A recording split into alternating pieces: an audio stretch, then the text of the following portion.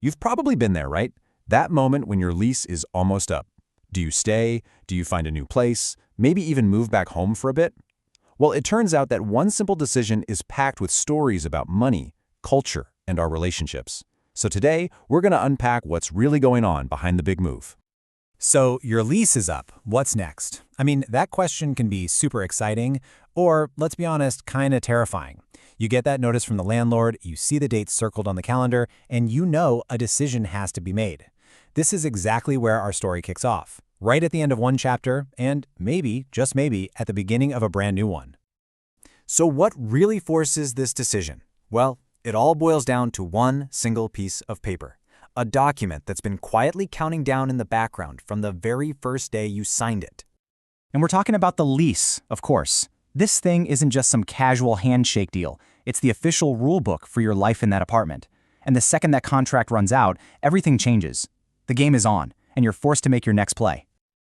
Okay, so with that lease about to expire, the path ahead basically splits in two. You're standing at a fork in the road, and you've got two big choices. Let's break down what they are.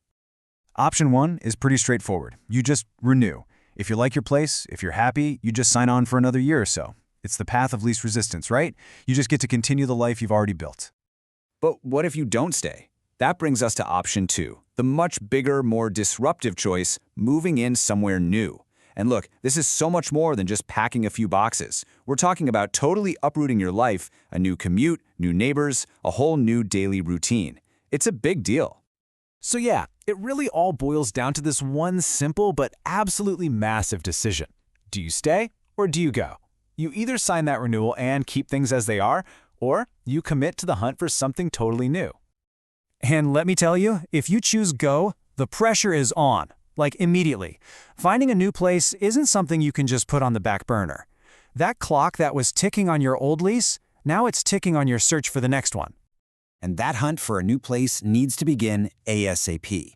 It's the perfect acronym for this situation because it says it all. Time is running out. And in this context, ASAP isn't just a suggestion, is it? It feels more like a command. As soon as possible, totally transforms what could be a casual apartment search into a full-blown urgent mission. Okay, but here's where the story gets so much bigger. This decision to stay or go, it's rarely just about you and what you want. It's actually deeply connected to these huge, powerful forces, economic, cultural, and social, that are quietly shaping the choice you end up making. You can really break it down into three major forces that are shaping your move. There are the economic pressures, the money side of things. Then you've got cultural norms, what's expected of you. And finally, modern relationships. Let's dive into each of these. First up, let's talk about the economic pressures, because they are huge. I mean, in a lot of big cities, the financial reality pretty much makes the choice for you. That dream of having your own place. It often gets crushed by ridiculously high rent. And suddenly, moving back in with your parents goes from being an option to being a flat-out necessity just to save money. And then you've got these powerful cultural norms. For millions of people all over the world, the default setting isn't move out as soon as you can. Nope.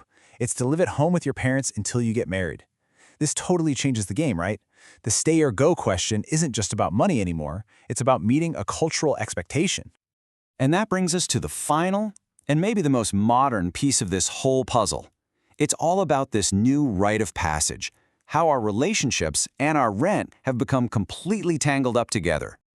Think about it. Moving in with a partner has become this huge life step. It's a common rite of passage for so many couples now.